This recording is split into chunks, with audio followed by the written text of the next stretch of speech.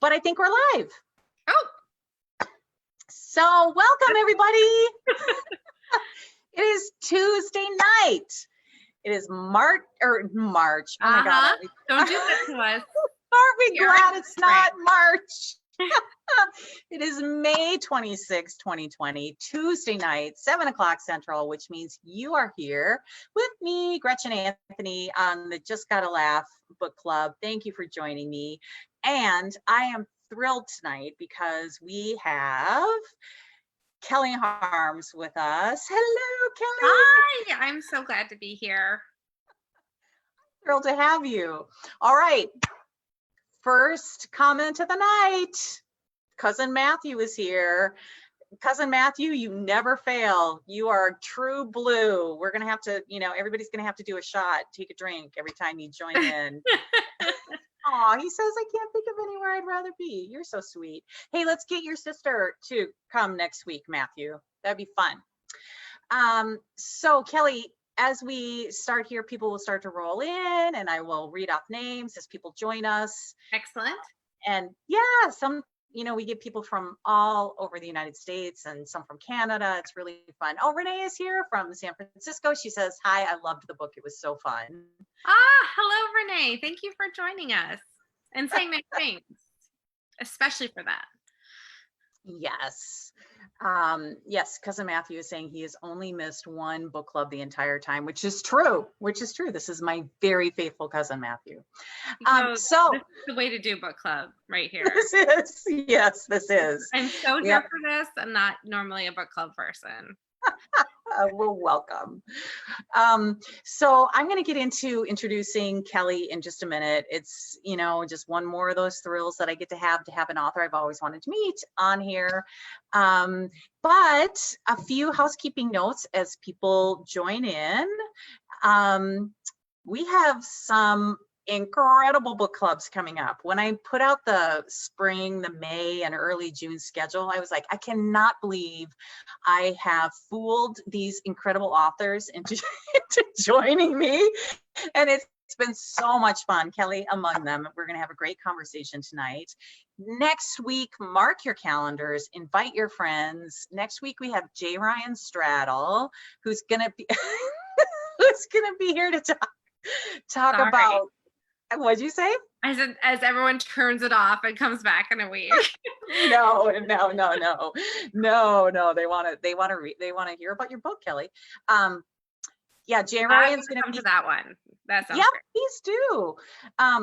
He's going to be talking Logger Queen of Minnesota, and Jay Ryan and I have actually done events before together, and it's really fun. And he's been hugely supportive of me. Plus, he has hit the New York Times bestseller list every time he's been out. He super deserves his success, and I want some of it to rub off on me. So that'd be great. And some of Kelly's success too, rub off on me.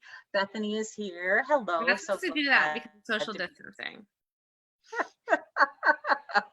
Yes, while social distancing, we'll rub it off. And then, so that is June 2nd, J. Ryan Straddle, Logger Queen of Minnesota. If you haven't read it yet, pick it up. You're going to get such enjoyment out of it. Even if you haven't read it, everybody who has attended before knows the barrier to entry for the Just Gotta Laugh Book Club is very, very low. You have to be able to find it on my Facebook page, and you bring a beverage. So cheers. Here's to you, everybody. Cheers, everybody. I'll drink to that. Chin chin. Cheers. And then I just added to the schedule, and this one Things get better as it goes along. It gets more exciting, I bet. June 9th, we have Helen Ellis joining us, who is the do you know Helen? She wrote American Housewife and Southern Lady Code. I was lucky enough to get to MC a panel with her at last year's Wordplay Festival, sponsored by The Loft. And she is just, her book is essays. She has novels out, but she has made a name for herself as an essayist. And Southern Lady Code doesn't matter if you have Southern family or not. I am lucky enough to have it. She's an Alabama girl, moved to New York City, and it is hysterical, and her writing is so precise. And there's an essay in there about ghosts in her apartment that I can't get out of my head even a year later. It's fantastic. So pick up Southern Lady Code. You're going to love it. Even if you don't read it, tune in for Helen, because she's fantastic. Sounds amazing. But, yes, I'm a lucky girl. Tonight, I am lucky enough to host Kelly Harms. Kelly, thank you again for joining me. I'm the lucky one, silly. Thank you. You're welcome. We have Anne joining from Canada. We have Canadians in the house. Welcome. Cheers. Enjoy your healthcare right now. Yeah. Lucky dog. So Kelly and I kind of, are in circles that and do this. Is this. The first time we've ever talked at all. Yeah. And our circles they do this. Yeah, we have the same agent, and Kelly is really active in Tall Poppy Writers, which is just a fantastic Facebook page and web page to check out. Supports all kinds of incredible authors like her. And I've been lucky enough to be sort of supported and mentored by other Tall Poppy writers. Excellent. Most prominently Anne Garvin, and who you all met several weeks ago when we talked about I Like You Just Fine When You're Not Around. She's funny. You should have had her back. No, I will have her back when she has her new book out. She is funny. I love Anne. You're lucky enough to live in Madison with her. It is very fun. It is very, since we haven't seen each other since this whole thing started, the text messages are getting sillier and sillier now. So yeah, it's great. Madison has a lot of really fun, funny authors who I think we are a little bit like snowed in all the time and a little itchy to socialize, and it's a good fun. Yes. I mean, if your job already involves your imaginary life, and then you can't go outside for 6 months at a time, things get. I understand that. It's funny. Our agency, Kelly and I share the same agent. They love to promote us as their Midwest gals, their Midwest writers. Yes, which I'll take all the promotion I can get. But yeah, I think there's something to that. Being snowed in makes the imagination run wild. Jen is here from Tennessee. Welcome, Jen. Thank you for joining us. Great to see you. So, Kelly, if The Bright Side of Going Dark is the first book that you have read of Kelly's, welcome. It was fantastic. Kelly, I posted on Twitter today that it's not often that a book is better than you had hoped it would be. Oh, and that is absolutely the case with this book. I really enjoyed it, and I am full of questions, as I warned you.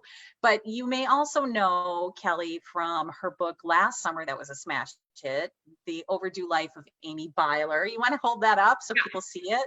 Because we all recognize the cover, right? And there's we do. So many people think my name is Amy Byler now. I got a check the other day made out to Amy Byler. I think I have multiple times thought of you as Amy Byler, and I'm like, that's not her name. I have to make sure I get her name right. So the reason I bring that up is because I was telling Kelly that last summer I could not walk into a bookstore without seeing her book prominently placed on one of the front tables, and it was such a thrill to be able to read it. And Kelly was actually nice enough to read and blurb my next book, The Kids Are Gonna Ask, which was so sweet. I'm excited for you guys because you can't read it until July. Yeah. So just cancel that weekend's plans. You have plans. You're gonna love it. Oh, you're so sweet. Oh, Renee says Amy Byler is on her list and she can't wait to read that too. Hope you love it. Yeah, you're going to enjoy it. So I have one word that when you read Amy Byler, you're never going to forget the word. Do people say this to you all the time, Kelly? Mom Springer. Mom Springer. Mom Springer. It depends on which country, but yes, it's definitely your takeaway. Your biggest takeaway from this book is if you're a mother, you should be on vacation. if not now, it should be coming very soon. Since none of us are on vacation, the mom spring need is very high right now. Do you want to explain the concept of mom springer? Well, Amy Byler lives in Amish country, and she's trying to describe how this mom, she's getting a little break from her kids while her ex comes back and does some much needed relationship repair with her children. So she's stepping away just to give him enough space to do that work. And at the same time, she's fighting it tooth and nail, because if she's away from her kids, what's going to happen to them? All hell is going to break loose, right? And she's also just that same mom guilt that we all know, or maybe not all of us, but that parenting guilt. And then on top of that, just sort of not knowing who she is when she's not with her kids parenting. So when she finally gets dragged away, she ends up in New York City. She's hanging out with her magazine editor bestie from college, who she's done a terrible job of keeping in touch with. I think we can all relate to that when you have a major life change situation. Some people just like go flying back in the rearview mirror, and you have to like get your fishing rod and drag them back into your life if you can. And so she's got this pal, and her friend says, it's not a momcation, it's a mom springer. It's like when Rumspringa kids go from the Amish culture, go and ditch their carriages and rent cars and go to the city and go dancing. And then they decide if they really want to be back in that life or not. So when Amy gets hers, she's forced with the same decision. And boy, does she mom spring hard. Oh my God. She's my hero. I would not be surprised if, it's become a hashtag. It and is girls' a hashtag. weekends become. I follow it. So I see Do it. you? Well, at first, the first reason I did it was because I saw, like last year, it kind of picked up on Insta.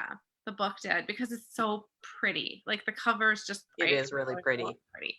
And so I noticed that they were always doing hashtag mom spring, and I was like, oh, I wonder if anyone else clicked, and I clicked on it, and it was like all of a sudden in the last year it's gone from being just like not a thing to somebody, people like who have not read the book, let's be honest, or anything for that matter, are talking about how they need to go on one. So I'm here for that. That has got to feel so great. Well, that's set up because, in the book, that's kind of what happens. Mom Springer takes off the hashtag. And that's true. That is true. That does happen. Yeah. There is some commentary from people just like now. Like mostly I get lovely, wonderful messages from my readers, but every now and then I get like angry people who say I'm advocating for divorce or for mothers to leave their children for a week at a time. Yes, I am advocating for that. We've been locked in with these people for 94 days now. Take yourself away. That's true. They'll probably be happy for it too. Hey, we've got Susan Apsbodilly. Sorry if I just slaughtered your name. Bodilly. She says, so happy to listen to you too. I loved Amy, she says. Hi, Susan. Thank you. I recognize that name from kind. Oh, yay. That's and so sweet. Kelly Moore, Kelly the librarian on Twitter, loves Kelly's books, and she's read them all, she says. Oh, yeah. Thank you guys. Yes, yeah. And Kelly the librarian is a Twitter advocate and for good books. So I trust her taste, especially when it's about my books, but in general. That's true. Trust her taste a great deal. I do too. So thank you, Kelly the librarian. Yeah, it does make you nervous with Brightside, that book, I've started to get the fan mail from the tech people who are like, oh, you got this part right, and you so understand what it's like to, work through these jobs. And then, of course, I didn't go quite as dark as what the reality is for many people who work in that space. So let's give a synopsis real quick of the book. So for anybody who hasn't read it, I have promised to give a synopsis. Sorry. So do you want to do it, or do you want me to? I'm so bad at it, but the upshot is, give us the upshot. Throws her phone off a cliff, and meanwhile, the company that's not Instagram but is kind of Instagram, a person who works in safety and standards, the people who decide if a picture is okay, notices that the influencer's gone missing, and for a lot of fun rom-commy reasons, steps into her place and starts living an influencer's life for her. She So does. it was, I mean, really for me, it was just about exploring my relationship with my phone and my interactions with the people who not just follow me, but also the people who I follow and who are well followed by millions. Sort of how did you get into this position? Nobody said when they were little, I want to be an influencer when I grow up. It's No. a legitimate gig now, and it takes a toll. So Yeah. that. I loved it. Okay. So Kelly is saying she used to go to a hotel at least once a year in Dallas when her kids were little, and for her own little mom spring. It was wonderful and made her a better mom. Here, we agree. Sure. It is I totally agree that if you take the space, then you can enjoy them a little bit more when you get back. For me, it's just the days are really long. So when you're looking back on it and you're thinking, oh my gosh, I didn't cherish it enough. Maybe you were there too much. Maybe you were there too much. Right. And I got the same advice about taking a vacation with your partner or your husband, like get away from the kids together. And I got that advice. It was great advice from a friend's mom. And she said, take it from an old divorced lady. Maybe you ought to take a vacation away from the kids. Mm-hmm. And it's good advice.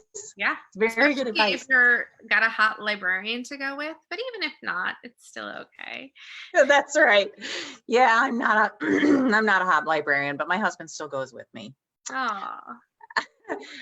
Renee says she would so love to throw her phone off a cliff. Oh. It's something that we can all relate to. We've all had that moment, haven't we?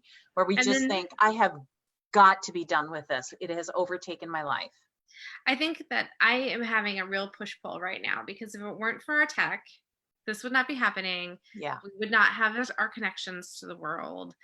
I was saying that my book, there was trouble with the supply chain, and it's totally reasonable. Everybody should be, at the time that my book was being printed, that time was better spent shipping masks and protective equipment than it was maybe putting covers on books. And if it hadn't been for tech and people reading on their phones and their digital devices, the book wouldn't have gotten out there. So my relationship with tech is very, hate love isn't really the right word because there is a time when, for me, I just can't have it at all. It's just any amount is too much. And then there's other times like this that I can't imagine living without it. Right. So yeah, I do want to throw it off a cliff, but I'm so glad I didn't because I'm relying on it for help with schooling my son and help with my career and just staying in touch with my people right now. Yeah. Yeah. At the same time, I think we'll want to step back away when this is over and we can go out for real again, Yeah. Yeah. Well, absolutely. It's allowing connection in new ways, but I think if I took away a core message from your book, and I would wholeheartedly agree with this, and I would have known this in my heart and intellectually and theoretically going into the book, but your book clarified a lot of the gray areas related to this for me. But the singular message I would say is that technology is wonderful connection, but it is wonderful for connection, but it cannot replace authentic human connection. Right. And we know that. And yet it took me like 100,000 words to say it in my way because I feel it so acutely, especially in our young people. Yeah. They have nothing to compare it to. Yeah, no. And I heard myself saying the words yesterday that literally came off your page. My husband was saying, can they ever get their faces out of a screen? And I said, well, they've had a screen since they were born. Essentially, I mean, we didn't put phones in their hands right away, but we had computers back then. My kids are all in their teens, but they had computers back then. They got phones when they started being dropped off places, so they could call us. Kind of grandma talking on the phone with grandma, and that's it for us. That was from the very beginning with our long lost relatives. So absolutely, yes. Yeah. Yeah, so I totally get it. All right, so one of the main characters, first of all, one of the things that I would just want to highlight for everybody is I'm wearing my Colorado t-shirt today because the book, yes, the You book are plays that good. the book takes place in Colorado, high up in the mountains.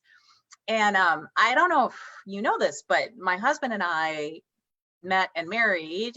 Well, we didn't meet in Colorado, but we got married while we were living in Colorado and lived there for the next 12 years. So all of our kids were born there, native Coloradans. And man, you nailed Colorado. You really, really did. It made me so homesick for Colorado in so many ways. So do you have a history there? It makes me so happy to hear somebody say Colorado instead of Colorado.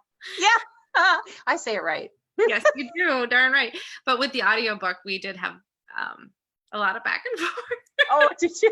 I'm not sure where it ended up, to be honest. I was like, all right, go with God. Back on the other. It's Colorado, people. Because it's Coloradans. When you go out there, they say Colorado too. Yeah. I mean, they get to decide, right? They do. Yeah. The area that I describe is a hybrid of, a lot of people have said, oh, please tell me it really exists. It really exists. It's a hybrid of different ski towns in Summit County. So that would be Dillon, which is not a ski town, it's a summer town, maybe a sailing area, Breck, and then Keystone and Copper Canyon, which kind of go, so, and then to the very far edge is Vail. So all the places are fine to ski at. Don't get me wrong, they're great for skiing, for skiing. But in the summer, that's when the magic really happens, in my opinion. It is so beautiful. And the last research trip that I took out there, right before I turned the book in, I was there for a week in June, and it snowed one day. And then you got the wildflowers. And then they melted and the wildflowers came out, and it was 85 the next day. And I was on the hiking trail every day because you have such good cover. It doesn't matter what the weather is. It's heaven on earth. Oh, it is. It is. I love Summit County. We used to have a place at Keystone, and I actually preferred it in the summer because you walk out your door and everything is a hiking trail. Yes. Keystone, everything's a hiking trail. Keystone's fun in the summer because of the downhill, with crazy bikers. Yeah. The mountain bikers. Yeah. Yes. Yeah. Thank you. The mountain bikers, the crazy downhill mountain bikers who have to wear like full just more than, not a helmet, but like all the things. And then they strap into it and then they just like, yeah. And you're down at the bottom, like having a beer, and you're like, when we moved from Colorado, our kids had gone to camp at a place called Rainbow Trail every year, and they cried so hard when we moved away that I promised them I would drive them back every year so they could go to Rainbow Trail. And I did. I drove 3 kids across 4 states every year, got them to camp in Colorado. Yeah. Now I want to go to Rainbow Trail myself. That sounds pretty great. Oh, it's awesome. It's more in the southern part of the state, southwestern part of the state. So it's slightly different, but it's a little more deserty. Amazing. Mm-hmm. Yeah. So if you're a Colorado lover, you are going to love this book, and you really do. You nail a lot of the culture, and especially the fine line that even 10 miles can make between someone who's a Denverite and someone who is truly a foothills gal. Mm-hmm. Like her mom is a foothills gal. Yes. So kudos to you. Thank you. Thank you so much. Love hearing that. You're what Matthew is saying. Cousin Matthew is saying I'm a super mom. Well, thank you. I will take it. I will take it. So the wellness influencer grew up in Colorado, and a lot of her story takes place there. Well, both of their stories take place there. But the other point of view, Paige, she filled me with questions. Not a wellness influencer. She's not a wellness influencer. In fact, she is a hardcore coder. She has her PhD in computer sciences, and she makes her living in standards which is, She's like, you know, something's gone wrong already, because that's the person whose job it is to decide if the picture I post is acceptable or not. And often people put a lot of crazy stuff on the internet. they do. Your Um, conversations at the very beginning about dick pics are hysterical. You open with a discussion of one, in fact, and it's so funny. I was just laughing out loud. But okay, so my question is research on that. How did you get to do research on that? well, luckily, The Atlantic did a lot of it for me, because Ah, there's just fabulous long form pieces on the real work of that. And I've obviously, that isn't an area that I had a whole book to spend on. I would have loved to. yeah, But that's a rabbit hole that you can go way down, because there is actual mental health repercussions that come yeah, from looking at other people's crap all day, whether it's like right now. I think that people in that industry are feeling very stressed, because it's their job to try to reduce the amount of conspiracy theories floating around about the yeah, current environment. And that's a lot of pressure to decide what's just cuckoo and what's like a legitimately dangerous idea.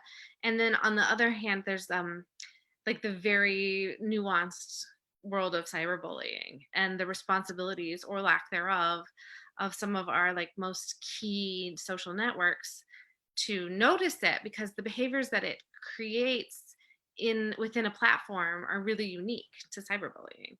So there yeah, are a lot of ways to spot it without a human ever getting involved.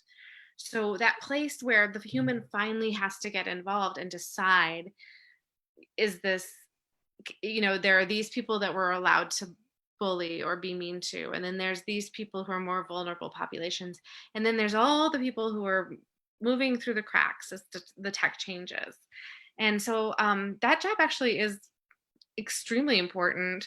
In some places it's compensated by the number of clicks you get through. So the which number is the of, case for yeah, Paige. right. Yeah, in your And so book. that would even add more pressure depending on your situation. And then in some countries, they'll have a non-native speaker during the job. And so the person literally doesn't know what Oh, the books really? are. Okay, yeah. There's been cases where entire rights have been incited because the safety and standards person working there didn't speak a word of the language and was just looking for dick pics. They did not realize what was really happening and what the undercurrents were. And So there's there's so a much whole, I mean, nuance. Yeah, oh, you get into a lot of the nuance in the language and what will get flagged by the AI right up yeah, and I had front. great help here, because I worked with some friends who are in computer science and who have sentiment analysis, which this is so crazy. I did not know this existed, but it's this Mm-mm. great program where you put in a phrase and it tells you whether or not the phrase is positive or negative. So commit Oh, suicide has a negative sentiment analysis, for example, but kill yourself is higher than commit suicide, because sometimes people use it colloquially. And so it gets rated up or rated down. And there's a certain cutoff at which Facebook just flags everything. wow. Oh my gosh. I love Yeah, this stuff. it's I'm so glad I have deadlines, or else I would never get a book written, because I was just so into the nerd world. well, it really, I love books that have characters that have jobs that I don't know anything about, or I know just enough about to be further curious. And this was one of them. It really took me down a lot of avenues that I was naturally curious about and have been in the news, because there was a lot of coverage of this, over the last several years with just everything, the prominence that social media has taken in our culture and in our narrative. Right. So, And yeah, I think mean, about you it, did a great job with it. I have no idea what you got right and what you got wrong, but it was certainly fascinating. Yeah. So, the nice thing is that I think that every moment in time that stuff changes. So I did the best that I could with the information that I had at the time, but I was lucky to have sort of some plugged in people. And at the same time, I sort of, when I decide to take on a character like that, I spend more time thinking about the kind of person that would be doing that job. So I was much more interested in Paige than her work per se. But then by learning more about her work, I learned more about her. So I really got to geek out. Oh, I that's mean, clever. I mean, we Yeah. are in some ways the Yeah. choices that we make, and with Mia, you can sort of see where she started out doing something that she felt was healthy and fun and for her well-being, and then kind of gotten taken off in this direction, so that at one point in the story, she's photographing a wedding dress that she's never going to wear. She's already been jilted, so she knows she's not going to wear it, and she's trying to make it look beautiful and trying to dress it up like it's something that's really going to happen, and she's so far away from her original truths and realities. So then you have Paige, who just wallows in reality, and she's knee deep in there with the people that are really out there on the internet posting what they're really posting. And I thought they would make a good team, and they did. They really did. And and it's fascinating because Paige makes her own transition, and I won't give a lot of it away, but she gets to experience what it's like to be an influencer, and she doesn't hate it as much as she thought No, she would. no, she, just like the rest of us, it feels good to feel liked. You Yes. know, I, Yeah. I softened up on the whole influencer culture so much over the course of writing this, because I just really figured out, boy, I can see how you started out and you just wanted to share. And then all of a sudden, it kind of builds and builds and builds and snowballs on itself. So whether it's a Kardashian or it's just my favorite bookstagrammer, we're kind of all in this together, where we want to put our phones away. We want to have a little space. Well, maybe the Kardashians don't. I don't know. Yeah. But I mean, yeah, there's a There's shades of spectrum. gray, right? Between me with Yeah. my my regular number of followers, and then, the 100,000 mark, where things start to get really crazy. Yeah. Yeah. Oh, I have 1,000 questions that I could ask you on that. That's so fun. Yeah. Well, and I found myself, well, the irony is that I have sold the book, well, my agent sold the book to Audible Originals, and it's about a wellness influencer, You're and her name kidding. is Mia. And I was like, oh no. Isn't that weird when that happens? What? Zeitgeist is a stream and we're all swimming in it. I spell it differently. So With a Y. I do. I spell it with a Y. I know. Apologies Anyway, to all those listening. That's fine. I can promise that it's very different than yours. But I liked hearing you say that you really softened on influencers in the process, because I found myself over the course of developing my character sketches and my outline for that book, and in reading your book, really ricocheting between hating these people Yeah. because they point out your flaws or I the mean, things that you don't value, or that you're told you're supposed to value but you don't value. They bring up your they play down your insecurities. And insecurities. whether Yes. that's intentional or not, that's absolutely what the business is. You cannot It's- sell things to people who are satisfied. So if you move into the place where you go from sharing your favorite things to sharing and selling your favorite things, you are automatically in a new position. yeah. That Yeah. said, you should be very unsatisfied with whatever you're reading and go buy The Bright Side of Going Dark. Did you like See, that? now I have no problem pushing things that I love, including other female authors and people who will lift your spirits. And I Kelly think, Harms is one of them. Yes, The Bright Side of Going Dark, and Amy Byler. Buy them both. Buy all four. This is your fourth book, right? I mean, they're cheap as dirt. I'm not going to lie. Amy Byler's $2 right now. So if you haven't read it, if you're one of the people, Good I to can know. name you on my hands. Go read it. Renee says, I feel sorry for influencers right now. It seems miserable. Yeah. It's not a good I'm time with for them. you. And I think a lot of them are questioning, what's my value? Or they should be. We the all are. celebrities. I mean, Yeah. if you're not a doctor, a nurse, an emergency tech, if you aren't right now an essential worker, we're all sitting there going, what should I be doing right now? Yeah. I was sharing with you that this is working with Anne Garvin. We've been able to do some really cool initiatives like Novels for Nurses, which is a great project that gets new books into nurses' hands for their break rooms. Oh, I saw your post on that. I love it. And then I've also found homes for every large print book, because guess what? When the library shut down, the nursing homes couldn't get their usual supply of large print books. Oh, that's terrific.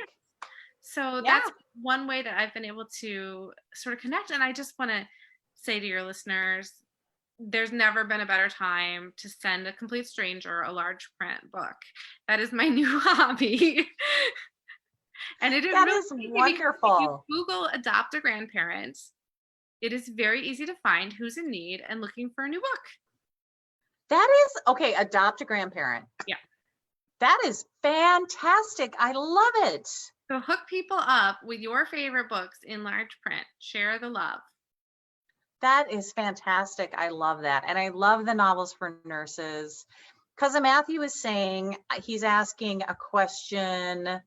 What book would you recommend to someone who is not a book reader? And actually, Cousin Matthew, my suggestion would be audiobooks. Any kind of audiobook that catches your fancy. We have this long running debate culturally that I think is nonsense about whether, isn't it? Yeah, is audiobooks, does that count as reading? Absolutely, it counts as reading. If you get lost in story, that's what the purpose of reading is. So if it's audiobooks, go for it. And Evergreen Tidings from the Baumgartners, written by your cousin, is in audiobook, as is The Overdue Life of Amy Byler, and The Bright Side of Going Dark is also an audiobook. But also, this is a great time to try some of the shorter form audiobooks that are available. So tell me about your Mia. When is she going to be available for? I don't know. In fact, I don't even know if I'm supposed to be talking about it yet. That's my bad, not yours. But I will have more information coming. More information to come. If anybody has any final questions for Kelly, I almost called you Amy. Kelly, shoot them at us now. We're going to start to wrap up. Kelly, where can people find you online, and what is an indie bookstore that you want to give a shout out to? So glad you asked. I'm easy. I'm kellyharms.com. And I actually, for all of my research, ended up using Instagram as my favorite platform. Oh, good. So I'm on Insta. And then also on Insta is the excellent Room of One's Own bookstore here in Madison. They've been around since long before any of us, and they do a great job of making sure that your reading list is diverse, inclusive, and equal. And then on top of that, I love Mystery to Me Bookstore, which is more than just mysteries, although they do know their mysteries, and that is so great, because then you can go in and you can be like, it needs to have a love story by book 3, and it needs to and it just and get every need met. And they hooked me up with Louise Penny once upon a time, so I will love them forever, because she is my mystery junkie. I'm so into those. But that said, so, Mystery Book to of Me, One's Own and A Mystery to Me. yes. Both here in Madison, both doing very, very low price or even free shipping, curbside delivery, everything that you need to get the book hookup. And Kelly, the librarian, also says, what subjects and hobbies are you interested in? Because that's a great place to start finding a book you might enjoy. Well said. Absolutely. Totally agree. Back into it. Like we were saying, if you love reading, we read books about books. But for my mom, she's super junky into tall ships, so she came at it from Patrick O'Brien, and there's a great set of stories, and then you get the tall ships details, and you just find yourself towed along into the story. And for me, the history time period, if you can figure out what time period you want to read about, there is a book for that. Yeah. Matthew, I know you love adventure. You're very adventurous, so I would find something in that area. So, and if you have further questions, I can hook you up with people who can answer them. So Kelly, this has been such a delight. We're going to wrap up and say goodnight, but find Kelly on, it's kelly.harms, right? Just Kelly Harms. Yes. Yeah. Okay. And check out our website, check out her favorite stores, A Book of One's Own, Mystery to Me. Anything to preview? I know you just came out with The Bright Side, but anything to preview? And that means that the next one is a whole year away, and I turned it in 2 days ago. I'm so jealous. Oh my gosh. Congratulations. So I'm not allowed to talk about it yet because no. we're still focused on Brightside, but yes. I cannot wait for you guys. Is this the best one yet? I'm so excited. Oh, well, we're already having requests to have you back to talk about Amy Byler if you're interested. And we will definitely have you back for your next one in a year. I would love that. Oh, it's so fun to have you. Thank you guys. I can't wait to see you again. Thanks, everybody. Thanks for tuning in. Thanks for all the great questions and comments. And I will see you next Tuesday. Invite your friends for Jay Ryan. It's going to be so much fun. Talk to you soon. Ciao.